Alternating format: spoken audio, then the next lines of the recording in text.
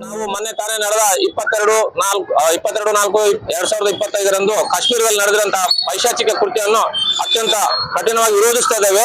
ಇಂತಹ ಕೃತ್ಯ ಮಾನವ ಸಮಾಜ ತಲೆ ತಗ್ಗಿಸುವಂತಹ ಕೃತ್ಯ ಆಗಿರುತ್ತದೆ. ಕಾರಣ ಇಂತಹ ಘಟನೆಗಳಲ್ಲಿ ನಡೆದಂತಲ್ಲಿ ಅಂತವರ ಮೇಲೆ ಉಗ್ರವಾದಂತಹ ಶಿಕ್ಷೆ ಪ್ರಕಟಿಸಬೇಕಂತೇಳಿ ನಮ್ಮ ಸಿರಗುಪ್ಪ ತಾಲೂಕು ಮುಸ್ಲಿಮ್ಸ್ ವತಿಯಿಂದ ನಾನು ಸರ್ಕಾರಕ್ಕೆ ವಿನಂತಿ ಮಾಡಿಕೊಳ್ತಾ ಇದ್ದೀನಿ.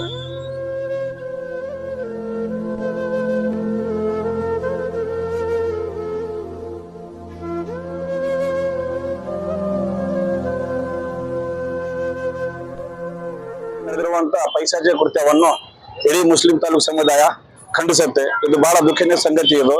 ಇದಕ್ಕ ಇವತ್ತು ಮಾಧ್ಯಮ ಮಿತ್ರರ ಮುಖಾಂತರ ಕೇಂದ್ರ ಸರ್ಕಾರದಲ್ಲಿ ಒಂದೇ ಮನವಿ, ಆದಷ್ಟು ಬೇಗ ಈ ಪೈಶಾಚಿಕ ಕೃತ್ಯ ನಡೆಸಿರುವಂತಹ ಆತಂಕವಾದಿಗಳಿಗೆ ಹುಡುಕಿ ಮತ್ತೆ ಶಿಕ್ಷೆ ಕೊಡಬೇಕಂತೇಳಿ ಮಾಧ್ಯಮ ಮುಖಾಂತರ ಮನವಿ ಹಾಗೂ ದುಃಖ ಕೂಡ ವ್ಯಕ್ತಪಡಿಸ್ತೀವಿ. ಧನ್ಯವಾದಗಳು.